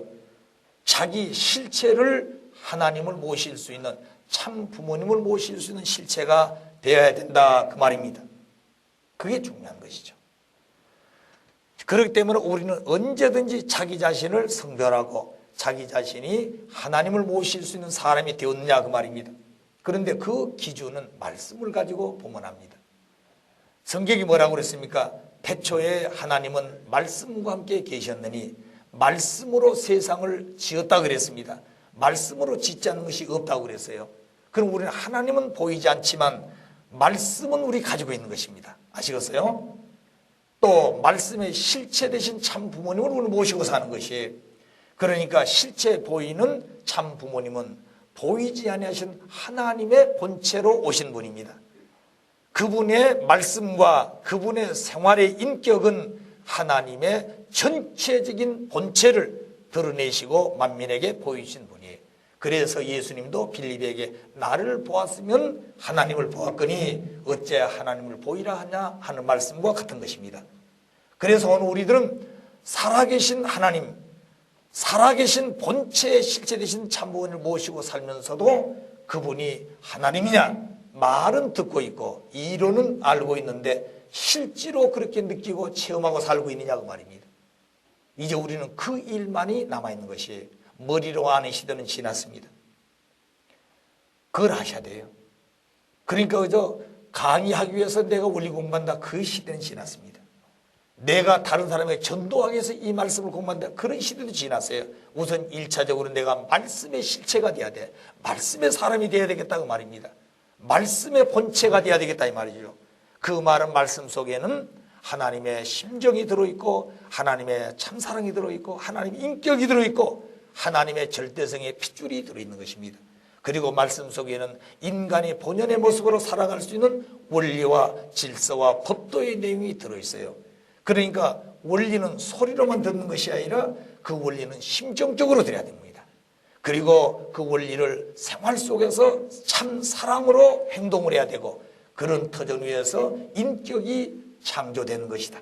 왜? 말씀 속에는 그런 내용이 들어있어서 그 말씀을 듣는 나는 그것을 찾고 말씀을 붙들고 생활한 것은 그런 내용으로 살아야 되기 때문에 그렇습니다. 자, 따라서 우리는 언제든지 지금까지 보여준 이런 내용들은 그 한 노정이지만 만민이 걸어가야 될 전 인류의 신앙 노정이 바로 이 모세 노정의 애굽에서부터 가나안에 갈 때까지의 노정이라는 말씀을 어젯밤에 했습니다. 그래서 예수님의 12 제자들이 힘을 합해서 예수님을 성전으로 받들어 모셨다고 한다면 예수님 돌아가시지 않지요. 그래 그렇게 할 것을 예시를 했다 이 말입니다. 자, 그런데 결국 12 제자마저도 예수님을 성전으로 모시고 실체적으로 하나님의 아들로 섬기지 못했기 때문에 결국 예수님은 40일 금식을 하면서 사탄에게 3대 시험에 승리를 했지만 불신하며 실체를 잃어버렸다. 그래 땅의 소산을 먹기 시작할 때까지 만나는 끝이지 않고 주었습니다. 왜냐하면 그들이 가나안에 들어가 가지고 농사를 지어야 되지 않겠습니까? 자, 지금도 가보면 그렇게 상망한 땅인데 그들이 무슨 삽이 있었겠어요? 농구가 있었겠습니까? 처음에는 돌로 가지고 그 땅을 팠을 것이고 나무 가지를 꺾어서 땅도 팠을 것이고 거기에 씨를 심어서 자기들이 생산하는 것을 먹고 살 수 있을 때까지 하나님은 끝까지 만나를 내려줬습니다. 그러니까 아무리 우리의 가는 길이 어렵더라도 하나님이 인도하는 길이니 하나님은 죽이기 위해서 데리고 나온 것이 아니다 그 말입니다. 그러니까 욕심 부리지 말고 그 하나님의 뜻대로 그 본향 땅을 가서 비로소 거기서 하나님이 축복을 주는 것이 과정에서는 축복을 다 줄 수가 없어요. 그런데 우리 인간들은 현장에서 현실에서 그때마다 하나님께서 주신 복을 다 받고 싶은데 그렇지 않습니다. 하나는 과정에서는 다 주지 않아요. 생명을 부지할 만큼 준다 그 말입니다. 자, 그러니까 자기 주어진 환경에서 만족하자 그 말입니다. 아시겠어요? 더 이상 욕심 부리지 말자는 거죠. 절대 하나님은 죽이지 않는다 그 말입니다. 그런데 우리 주변에서 한 형제가 어렵고 한 형제가 힘들할 때는 그것을 그저 모른 척하지 말고 내 혈족이요, 내 아들이요, 내 딸이요, 내 부모요, 내 동생이라고 생각해야 됩니다. 그렇기 때문에 그런 분들을 내 가진 것을 같이 나눠서 먹고 같이 나눠서 입고 같이 생활할 수 있는 우리의 마음가짐이 중요하다고 말입니다. 앞으로 그런 훈련을 해놔야 저 북한에 있는 2천만 동포를 우리가 살릴 수 있습니다. 왜 그렇게 하셨을까요? 그 훈련을 통해서 앞으로 북한의 2천만 동포를 누가 살릴 것이냐. 국가의 힘 가지고 안 되는 거예요. 안 되는 것입니다. 유엔의 힘 가지고도 어려운 것이에요. 그러면 대한민국 5천만 이 백성들이 2천만을 살리는데 어떻게 살리느냐? 대한민국 두 가정이 북한 한 가정을 같이 산다고 말입니다. 그들이 옷이 없으면 우리 가진 옷을 같이 입자 이 말이죠. 좋은 것은 남겨놓고 나쁜 것 주는 것이 아니라 내 옷장에 있는 가장 좋은 옷을 먼저 주는 것이에요. 먹을 것도 같이 개방해놓고 먹자 그 말입니다. 먹다가 떨어지면 같이 굶더라도 같이 먹자는 거죠. 그렇게 해서 보여야만이 그들 마음속에는 뭔가 달라질 것입니다. 그러면서도 그들은 대한민국에 오면은 백성들을 자기들 사람 만들기 위해서 60년 동안 훈련받은 것이 북한의 우리 동포들이에요. 한 번도 그들은 그 정신을 버린 적이 없습니다. 조국 통일 그들도. 그런데 그들은 자기들을 중심에 적화 통일하는 것이 목적이다 그 말입니다. 그 이상이 하루아침에 깨질 것 같습니까? 오면은 밤낮을 가리지 않고 밥 먹으면서도 자기들 선전할 것이고 걸어다니면서 선전할 것이고 들에가 일하면서 선전할 것이다 그 말입니다. 그런데 그런 확실한 관이 없으면 왔다 갔다 한다 이 말이에요. 내가. 그러면 결국에는 문제가 되는 것이죠. 싸움도 할 수 있고 이론투정도 할 수 있고. 그러나 확실한 사람은 싸울 필요가 없는 것이에요. 다 들어주라고 말입니다. 몇 날 며칠 들어줘요. 한 달, 두 달, 세 달까지 다 들어줘. 아무 소리 없이 그러느냐고. 그런데 그들은 들어주면 다 변할 줄 아는데 3개월이 지나고 100일이 다 변하지를 않아. 그럼 당신들 어떻게 해서 안 변하냐 이거예요. 그것은 내 말을 들어보면 안다 그 말입니다. 그럼 이제 당신 하고 싶은 얘기 다 있느냐? 이 내 말 좀 들어보시려냐고. 자, 그러면 변치 아니한 그 마음의 내용이 뭔가 이게 바로 원리다 그 말입니다. 그리고 하나님의 주신 말씀이에요. 그런 내용을 본체로 뭐또 쭉 설명을 한다고 말해요. 매일 밥 먹고 잠자면서도 들에 가서 일하면서도 오고 가면서도 같이 손잡고 그렇게 했을 때 그들 속에는 말씀만 들어진 것이 아니라 거기에 따뜻한 정을 느끼게 되고 심정을 느끼게 돼 타락한 사탄편에 서 있는 실체들이지만 하나님이 주신 본성은 남아있다는 거예요. 아시겠어요? 본성에 조그만 시로레 같은 건 남아있어. 그러니까 그 마음을 움직이게만 하면 그들도 눈물이 있어 폭발할 것이고 그들 심정 가운데 하나를 섬길 수 있는 그 정의 본체를 만나게 된다 그 말입니다. 그렇게 되면 그들은 새로워지는 거지. 그게 진정한 조국 통일의 길이라고 우리는 생각해야 됩니다. 그러지 않겠습니까? 뭘 가지고 그들을 움직이겠어요? 돈 가지고요? 권력 가지고? 체제와 제대 가지고 안 되는 것입니다. 자, 그렇기 때문에 본체가 되지 않으면 안 되는 거 아시겠어요? 그것을 접붙여줘야 한다 우리는. 그러기 위해서 제일 먼저 축복을 시켜야 되겠는데 우리 가정에다 훈련을 해줘 놓자고 말입니다. 그래서 그들이 원척 재단 보면 이건 우리가 정성을 드리는 곳이다 이거예요. 그게 바로 뭐냐면 거기 있는 게 뭐예요? 두 촛불이 있지요. 어둠을 밝히고 내 심령이 어두워질 때 촛불을 밝히고 촛불을 보면서 내 마음을 이렇게 찾아간다고 설명하면 되는 것이에요. 자기도 그러면 그런 어둡고 괴로울 때 그런 마음을 한번 가져보고 싶지 않겠습니까? 자, 그 다음에 거기에 성령이 있습니다. 이거는 자기 자신이 거룩하게 살고 보다도 마음을 깨끗하게 살고 싶어서 주변 환경을 성별하면서 사는 그런 성령이다 그 말입니다. 여기에 있는 하나의 성주는 우리 인간의 본질적인 핏줄을 새롭게 하기 위한 하나님의 아들 딸 되기 위한 하나의 성주라고 하는 것을 설명하는 것이죠. 그리고 여기 있는 책들은 이러이러한 하나님 말씀입니다. 세상에 없는 것이다 그 말입니다. 자, 그런 내용들을 놓고 정성을 들인 것을 그들이 보고 같이 거기에 붙들고 기도하고 정성 들인 그런 시간들을 같이 합세만 하면은 달라질 것이다. 그럼 뭐가 있어야 되지 않겠습니까? 우리 가정 데려다 놓고 뭘 보여주겠어요? 뭘 보여주겠습니까? 내가 평상시에 그렇게 살아온 것을 자연스럽게 보여줘야 된다고 말입니다. 처음에는 반발도 하세요. 반발은 더 괜찮았다는 거죠. 모르니까. 자, 그런 생활을 우리는 끝까지 하면서 어려움이 있더라도 어렵다고 하지 말고 불평하지 말고 그 뜻을 받들고 가지 못하는 자기 자신을 놓고 회개하는 마음이 더 앞서야 될 거다 그 말입니다. 그래서 가나안에 들어와 가지고 정착을 하면서 땅을 개척해서 곡식을 심어서 백성들이 먹기 시작할 때까지 하나님은 만나를 끝이지 않고 주셨다 하는 얘기입니다. 우리들도 같이 그런 마음을 가지고 가십시다. 아무리 어렵더라도 끝까지 가서 목적을 달성해 놓고 비로소 하나님이 안착도 시킬 것이고 거기에 하나님은 무수한 축복을 주실 것입니다. 여러분 그걸 아셔야 돼요. 자, 부모님의 참 아들 딸들이 부모님을 모시고 뜻길을 오면서 고생하면서 왔던 그 아들 딸들을 끝까지 고생시키고 가시지 않습니다. 아직까지 우리는 화독에 있는 것이에요. 목적지를 다 가지를 못했습니다. 조국을 통일하지를 못했어요. 그렇기 때문에 부모님이 이런 내용을 그냥 놓고 연기해 가신다면 사탄이 참소한다는 것입니다. 그 내용이 뭐냐?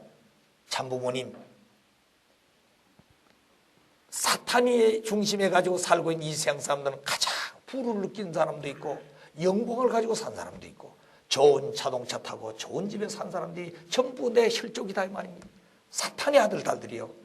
근데 참부모님 오셔가지고 일생 동안 희생하고 수고했는데 그 기준을 넘은 아들 딸이 있습니까 하고 참소한다는 거예요. 아시겠어요? 그러니까 여러분 성경에 보게 되면 누가 있습니까? 욥이 있죠. 욥이 있죠. 사탄이 어느 날 하나님 앞에 와가지고 하나님 내가 이 세상을 두루 돌아보니까 하나님을 섬긴 자가 없더라고 말입니다. 참소를 했어요. 그때 하나님 뭐라고 그랬습니까? 어느 고을에 욥이라는 사람을 찾아왔느냐 물었습니다. 이 사탄이는 벌써 욥을 다 알고 있었어요. 하나님, 그 욥이 하나님을 그렇게 경외하고 섬기는 것은 하나님이 복을 주어서 그렇습니다. 그래서 욥은 그때 당시 동양의 제일 부자라고 그랬어요. 지금은 서양 사람들이 부자입니다만 그때는 동양 사람들이 부자인데 그 동양에서 제일 부자라고 그랬으니까 제일 축복을 받고 사는 사람이었어요. 그래서 하나님이 복을 주어서 그렇지 하나님이 복 주지 말고 다 거두어 가보십시오. 그러면 욥도 하나님을 배반하고 하나님이 없다고 할 것이다 이거예요. 자, 이렇게 참소했을 때 하나님은 욥에게 사탄이 뭐라고 그랬습니까? 사탄아, 그 욥에게 생명은 건들지 말고 네 하고 싶은 대로 다 해보라 그랬습니다. 그때부터 욥은 시련을 받기 시작합니다. 그 다음에 노비들이 다 죽지요. 양떼들이 다 이리 때 와서 물어 죽이지요. 자, 그리고 나중에는 그래도 어려움을 표현하지 않으니까 그 아들 딸들이 다 하나하나 매일 죽어갑니다. 그리고 나중에는 재산 다 탕진했어요. 아들 딸 다 죽었습니다. 그러니까 거지가 됐죠. 그런데도 그는 하나를 원망하지 않았습니다. 얼마나 나중에 고통스러운지 머리끝부터 발끝까지 창소리가 나서 사람 구실을 못했어요. 그러고 있을 때 낮이 되면 따뜻한 양지 쪽에 앉아가지고 이 돌조각 같은 것으로 가려우니까 긁고 앉아있어서 사람 구실을 못하는 것이죠. 일가 친척들 동네 사람들이 하나님을 경외한다고 그렇게 좋아하더니 어째서 이런 거지가 이렇게 비참해야 되냐. 하나님이 어디 있냐 그 말입니다. 자, 거기까지는 참았습니다. 얼마나 견디기 어려웠겠어요. 그래서 성경에 그 보게 되면 그 마음이 얼마나 괴로웠든지 하나님 내 영혼을 빨리 데려가소서. 내가 마음에서 범죄할까 봐 두렵다 그랬습니다. 만일 자기 마음속에서 하나님 왜 나를 이렇게 만들었습니까? 나는 하나님을 이렇게 경외하고 살았는데 왜 이렇게 됐습니까? 욥이 얼마나 철저했느냐면요, 1년에 아들 딸들이 살다가 자기 생일날이 되어서 아들들이 돌아오게 되면 문간에서 전부 다 심사를 했어요. 너는 1년 동안 어떤 생각을 하고 어떻게 살다 왔느냐.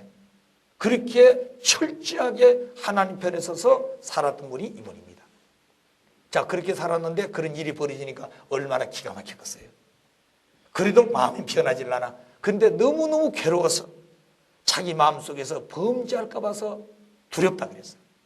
그런데다가 이제 마지막 자기 부인이 와서 시험을 하죠. 뭐라고 그랬습니까? 여보, 하나님이 계시냐 이 말입니다. 그렇게 하나님을 미치신 당신인데 어째서 이렇게 우리 가정의 순식간에 탕진이 되어지고 또 그것도 이해한다 그 말입니다. 그러나 하나님을 경외하고 살았던 당신 왜 이렇게 비참한 사람이 됐냐. 하나님이 없다고 욕을 하고 죽으라고 그랬습니다. 이게 마지막 시험이었어요. 제일 어려운 시험이 사랑하는 사람에 대한 시험이었습니다. 그때 하나님과 사탄이 욥을 지켜보고 있는 것이 아시겠어요? 욥의 입에서 무슨 얘기가 나올까? 사탄이는 마지막 시험을 한 겁니다. 이제 하나님은 이제 욥이 어떤 생각을 하고 어떤 말로 표현할 것이냐는 얘기예요. 거기에 욥의 생각과 표현 한마디에 사탄이가 박수를 치기도 하고 사탄이는 굴복하고 하나님 박수를 치고 좋아하는 그런 시간의 순간이 그 순간이에요. 그때까지 하나님과 사탄이는 욥을 지켜보고 있는 것이에요. 욥이 하는 말이 여보, 주신 것도 하나님이요 가져가신 것도 하나님인데 내가 어찌하여 하나님에게 원망을 하겠냐. 하나님을 찬양했습니다. 그때 이 사탄이는 자연굴복했어요. 그리고 나서 하나님 받아서 하나님, 욥은 정말로 당신의 사람입니다. 그리고 나니까 과거에 있었던 복에 3배를 주었다고 그랬어요. 3배 주어도 이 사탄이는 참소를 할 수가 없는 것입니다. 그렇게 하신다면 하나님 그런 때를 기다린 거예요. 그래서 아버님 말씀이 하면 내가 영계에 가서 그런 사탄의 참소를 받는 걸 원치 않는다고 말입니다. 그렇기 때문에 모든 인류를 다 그렇게 살리고 싶지만 불신의 사지까지 그런 때를 못 만났어. 부모님 연세는 벌써 90이 가까워 가시는데 하시고 싶은 일은 많고 그렇게 따라오는 육신이 생활이 안 된다고 말입니다. 그러니까 안타까워하는 것이죠. 자, 그래서 부모님은 어느 기준이라도 세워놓고 하시면 안 되는 거예요. 그래서 사탄 세계에 어떤 누구보다도 영광의 자리 그리고 그 귀한 내용을 다 가치적으로 세워놓고 세상을 다 준다 할지라도 너가 가지고 있는 것하고 비교해서 너는 어느 것을 가질래? 나는 이것을 갖겠습니다. 세상 영광 부귀 그것보다 이것이 더 좋습니다. 할 수 있는 그런 아들 딸들을 만들어 놓고 그리고 그 아들 딸들이 행복해서 환경도 주고 그런 터전에서 부모님이 영계에 가셔야만이 참소를 받지 않는 것이에요. 그런 부모님의 마음이에요. 그런데 뜻을 위해 살아온 아들 딸들을 고생시킨다? 배신한다? 절대 아닙니다. 거짓된 부모도 그렇지 않아요.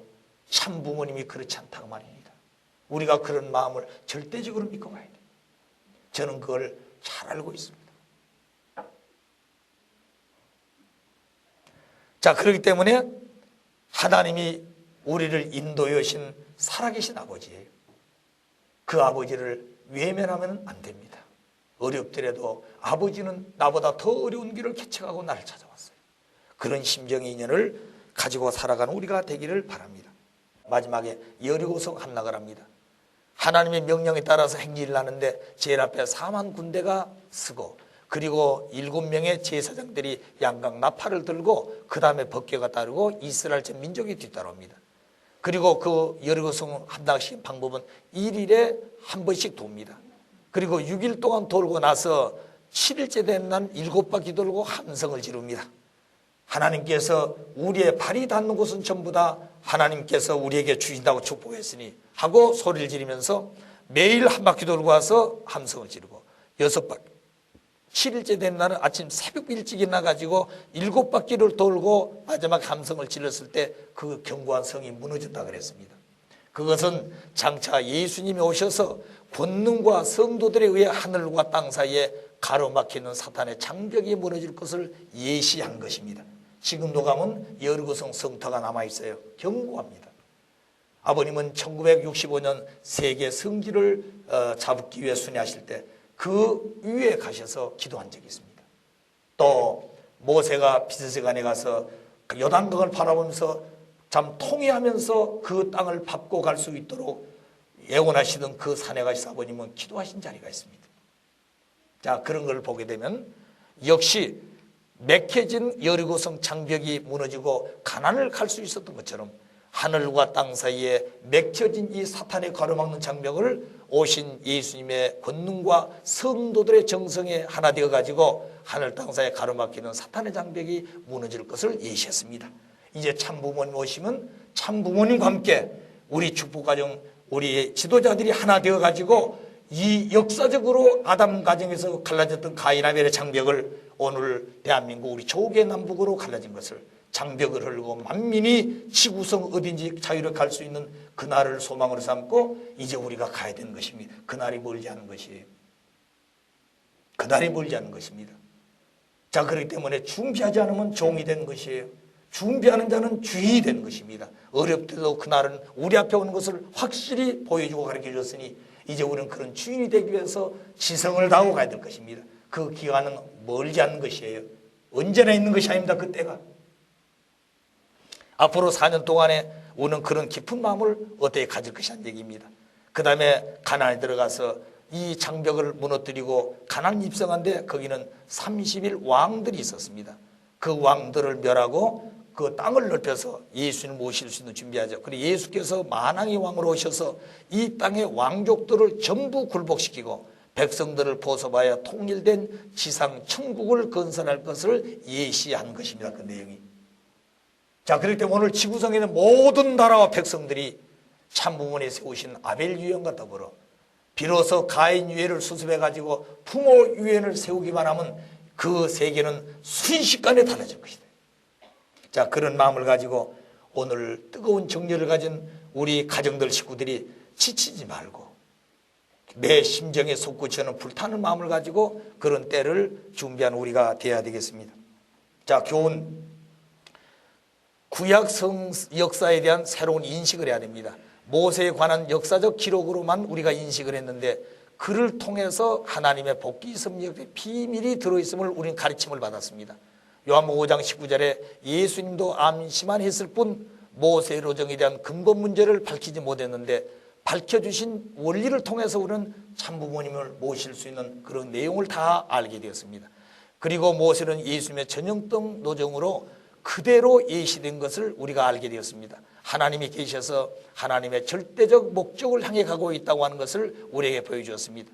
그래서 인류 역사가 이끌어 나오는 근본은 보이는 것은 여러 가지 어려움이 있지만 그 근본은 하나님께서 소망하는 목적을 이루기 위해서 백성들을 데리고 나가는 내용을 우리가 여기서 깨닫게 됩니다. 여기에 또 인간 책임분담 수행에 따라서 인간에 대한 하나님의 예정과 또 그 뜻의 성사 여부가 결정되는 것을 보여줬습니다. 인간들이 불신하게 되면 언제나 섭리는 연장되게 되고 탕감을 또 치료한다는 것을 보여준 것입니다.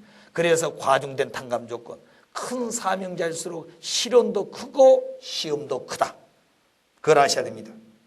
자, 그 다음에 은사 전후에 시험을 하신다.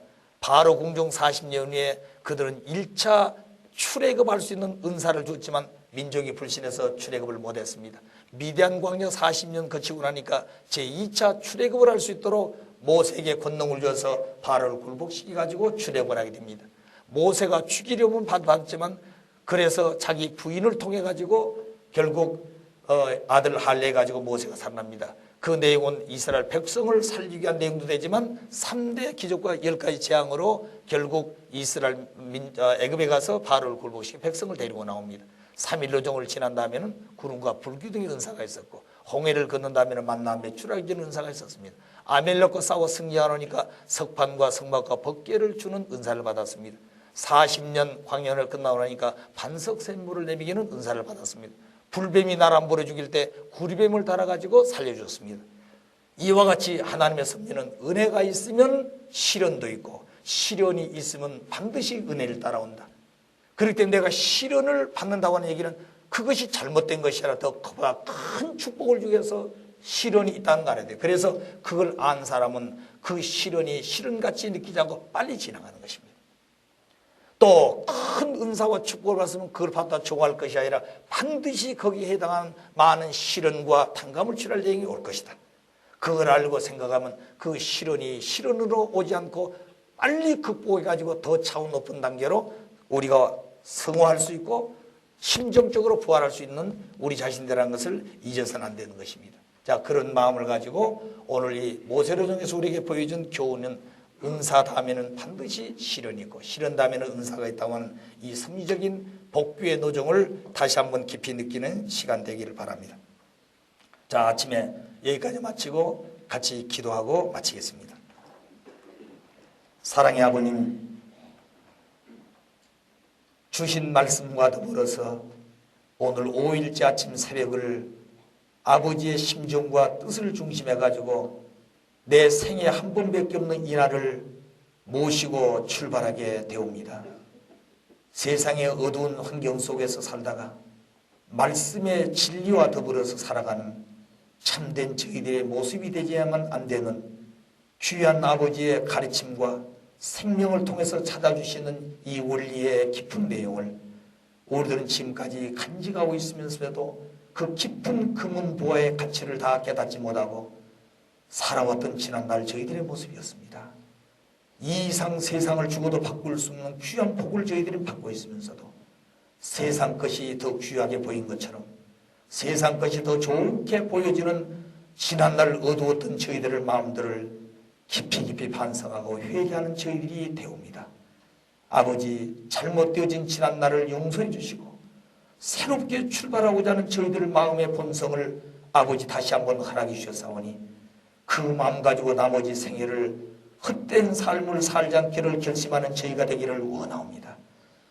내 자신이 뜻길을 알고 걸어온 길이 되돌아보면 되돌아볼수록 사연도 많고 어려운 시련도 많았습니다. 그렇지만 지금까지 어려움을 극복하고 끝까지 붙들고 아버지의 말씀과 더불어 살아왔던 지난날의 저희의 모습을 아버지는 기억하고 계신 것을 아오니 그 마음 어렵더라도 끝까지 결실해서 아버지 소망하는 아들, 딸 되고 소망하는 아버지의 나라에 모시고 같이 갈 것을 다시 한번 결심하는 저희들이 되옵니다. 저희들은 살 만큼 살아왔지만 내 사랑하는 아들, 딸들과 손자, 손녀들이 자라고 있습니다. 그들이 아버지, 어머니의 믿음을 이어가지고 소망찬 내일을 향하여 우리보다 훨씬 선두에 서고 깊은 가치를 가지고 가야 될 우리 가정들인데 어려움에 시달리고 환경에 매여서 사는 저희들의 모습들이 너무나 많은 것을 잘 알고 있습니다. 아버지, 그걸 바라보신 아버지의 마음이 이럴 수도 없고 저럴 수도 없는 환경도 있을 것을 믿사오니 그럴 때마다 그를 버리고 간 것이 아니라 다시 한번 채찍하시고 소망을 향해서 전진할 수 있도록 꿈에 가르쳐주기도 하고 지혜를 느끼게 하기도 하고 때로는 채찍도 해주신 아버지였습니다. 아버지, 그런 내용들을 저희들은 맞고 아프다고 울 것이 아니라 사랑에 매였고 아버지의 심정에 다시 찾아올 수 있는 길을 열어주시는 탕감의 길이었음을 감사히 느끼고 가야 되겠습니다. 아버지, 이 아침 주신 말씀과 더불어 새 출발하는 저희들이 되겠사오니 모세를 중심해서 다가오는 여러 가지 어려운 일들이 모세가 걸어갔던 도정이 아니라 만민이 가야 될 도정을 신앙적으로 본을 보이는 역사적인 교훈들이 우리 생활 속에서 전개되는 것을 보았습니다. 사랑의 아버지, 이 시간도 저 미국 사막의 대륙의 땅에서 축복 항복을 위해서 세계적 실체의 인류를 데리고 본향 땅을 향해 가고 싶으신 아버지의 그 소망을 놓고 세상 사람들은 잠들었지만 잠을 깨우기 위해서 몸부림치신 아버지인 것을 저희들이 알아야 되겠습니다. 저희들이 아버지 뜻을 다 받들고 살고 싶지만 너무나 부족해서 그 마음을 다 이루어지지 못하는 선봉장이 되지 못했던 것을 저희들이 다시 한번 느끼고, 그러나 저희를 세우신 아버지는 절대적이시오 전지나가신 권세를 가진 아버지인 연보로 아버지의 심정과 더불어 주신 말씀을 앞세워 살게 될 때 저희들도 아버지와 같이 생활할 수 있는 승리자가 될 것을 아옵니다. 강하고 담대하라 하셨사오니 저희들이 세상에 나가서 가오담되게 하여 주시옵소서. 내 가정을 이끌고 가야 될 그 소망의 날이 남아있사오니 지치지 않고 가야 될 저희들의 가오담된 모습이 있지 않고는 안 될 것을 아옵니다. 마지막 정상의 고비를 넘어야 될 이때 우리의 마음은 몸도 지쳤고 마음도 지치고 심령적으로 어두워져 가고 있는 저희들의 모습인 것을 느끼지 않을 수 없습니다. 아버지, 그런 마음들을 누구를 붙들고 갈 수가 있겠습니까? 아버지 손을 붙들지 않으면 안 되고 내미신 아버지의 손을 저희들의 지난날 많이 부리치웠습니다. 아버지, 이제 우리에게 다시 손을 내밀어 내 손을 붙들고 같이 가자고 하신 아버지의 사랑의 손길 앞에는 싫다고 내젓는 저희들이 되어서는 아야 되겠습니다. 사랑의 아버지, 이제 저희들이 살아갈 수 있는 그 길이 무엇인가를 알았고 해야 할 일들이 무엇인가 하는 것을 알았습니다. 아버지의 소망찬 그날을 위해서 수많은 생명의 고백길을 넘으신 아버지의 심정도 어리지만 조금이나마 깨달을 수 있는 저희들이 되었습니다. 그 마음 붙들고 갈 수 있도록 사랑의 아버지 채찍해 주시고 갈 길을 힘차게 전진할 수 있도록 지혜를 주시고 용기를 북돋아 주시옵소서 바라고 합니다. 모두 되어진 일들을 여기까지 인도해 준 것을 감사하고 나머지 기간도 아버지의 사랑과 따뜻한 축복의 손길을 원하고 있는 그 아들 딸들에게 아버지의 끝까지 지키시고 붙들어 인도해 주시옵소서 간절히 바라고 원하면서 우리 참부모님 성취의 만성광과 참가정 위의 만만세 영광이 우리로 하여금 드러내고 그 영광이 우리 위에 찾아올 수 있는 날이 있기를 간절히 바라고 원하면서 모든 말씀 축복 중심 가정 이종옥 이름으로 감사하며 보고하려 싸움나이다. 아주